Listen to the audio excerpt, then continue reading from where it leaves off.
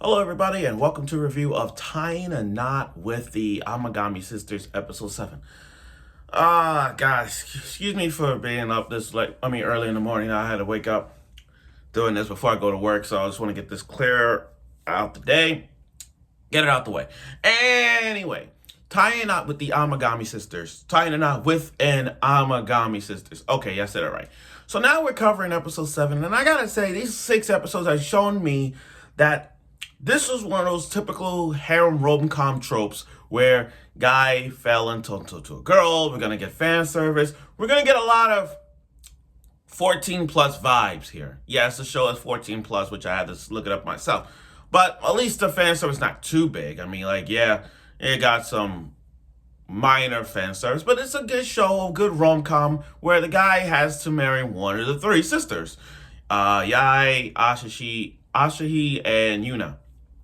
Now, aside from that, last week was one of those cop-out moments where each girl makes a move on the guy. And while Yuna, by the way, this is Yuna, by the way, the red hair tsundere girl, everybody is talking about Yuna. Now, Yuna is one of those tsundere girls that we already know is going to end up with the MC. It's one of those cliche rom-coms where I see tsundere is oftentimes gonna get the guy. No surprise. I'm not surprised because it's gonna happen. And this show is kind of, I won't say it's there, but something tells me I got a knot in my stomach that it's gonna be that's gonna win. But now we're getting to episode 7, and episode 7 introduced a new character with a new look. A new character with purple hair, and she's funny as hell. But anyway, let's get right to it, the review of Tying a Knot with the Amagami Sisters, Episode 7. Okay, now, let me say this. I can understand a couple of weeks, or last week, where Uryu, our MC, has these visions. He had these visions of what was going to happen with him. Now, in this episode, guys, he actually had visions. He had visions of groping someone's boobs. He had a vision where he talked to Yai. He had a vision where he had carried Aisha on his back. And I'm like, yo, this guy can see the future? So basically, this guy is giving us every point of episodes that we're going to see. This guy, I was like, is this going to happen again? The first time I can understand it, maybe it was a dream. But the second time, now he actually sees the future. So to me, I think he actually knows. As the episode progresses, I got a feeling he's going to know who he's going to end up with just by looking at it, just by putting all these dreams together. Because that's how you keep waking up with these fetish dreams. Okay, now, moving on. Let's talk about this new girl, Yomiko. Now, Yomiko, I thought it was another harem. I thought it was another girl added to his harem. But actually, she's the teacher. She's the head shrine. I won't call it the head shrine. She's like the shrine priest. Each priest has this pyramid structure where one is like the teacher, one is like the vice principal, one is like the head priest. You know what I mean? So the 3 Amagami sisters decides to meet Yomiko for some advice on how to keep the shrine going. So she's the teacher. The Amagami sisters had been trained. They were trained by Yomiko. Yomiko is the teacher that teaches them how to be shrine maidens. Now, I like the old man. He's clever as hell. He thought it was a cursed box, but it was actually dumplings. But leave it to him. But anyway, Yomiko, she's a cool person. She's a cool teacher. I got nothing but respect. I got, absolutely nothing disrespectful to say about the teacher. Not one time. I got nothing. Not one thing. She is funny. She like that flip mode. At one thing she's a teacher, but then the other mode, she's just funny. She rubbing Ashi's head, and groping his boobs. It is funny. She's funny. Now, on one side, she could be a little rough. I won't say rough. She's a teacher. She wants to give them advice.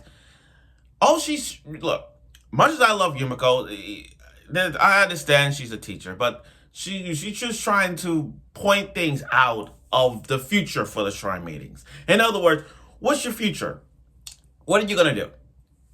Like, are you girls really gonna run the shrine maintenance? I mean, let's think about it.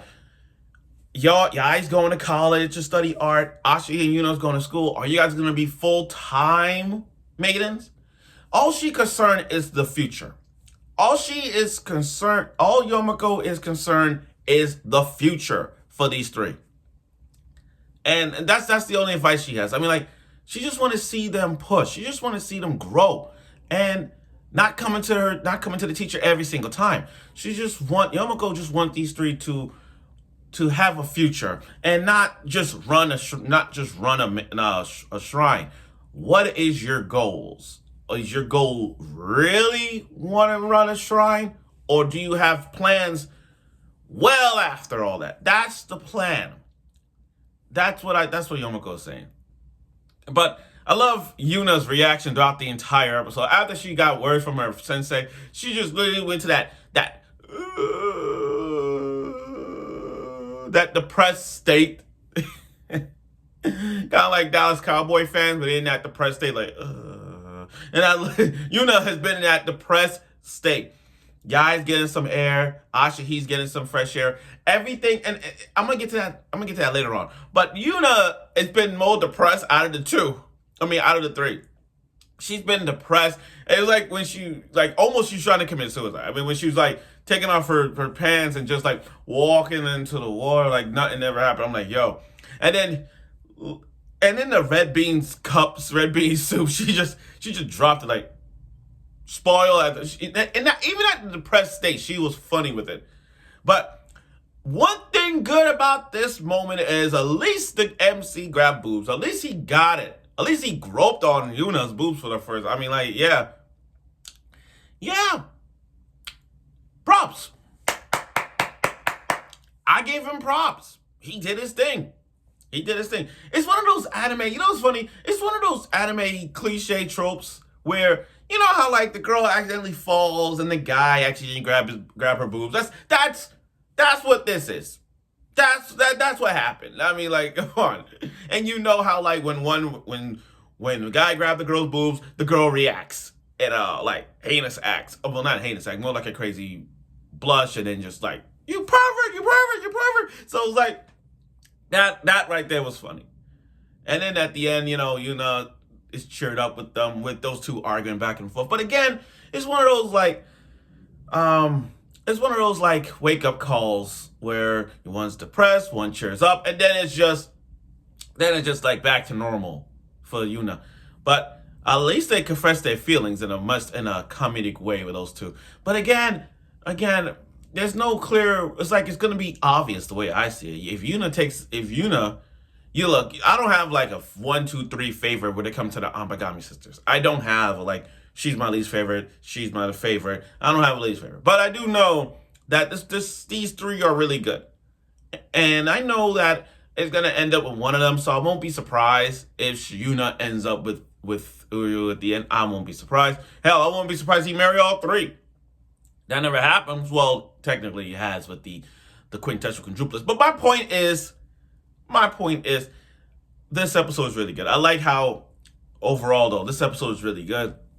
I like how the visions is coming towards these episodes, which I was going to bring up. Each moment, every time this guy dreams, we're getting in episodes based off what we're going to get out of it. So if you look at it from the beginning, where the MC wakes up and he felt like he grabbed girls' boobs and grabbed Yuna's, talking to Yai when Yai was blushing and carrying Asha, he's back. There's visions of it as the episode progresses. We're going to see what led to this. That's one of those animes where it's like, like that moment happened. Okay, what led to that? And that's what we're going to get next week's episode. So, sorry. So I look forward to that. But again, thank you for watching my review of this episode 7. Normally I would have talked a little longer, but I gotta go to work. I just want to get this out the way. So thank you for watching and see you next week.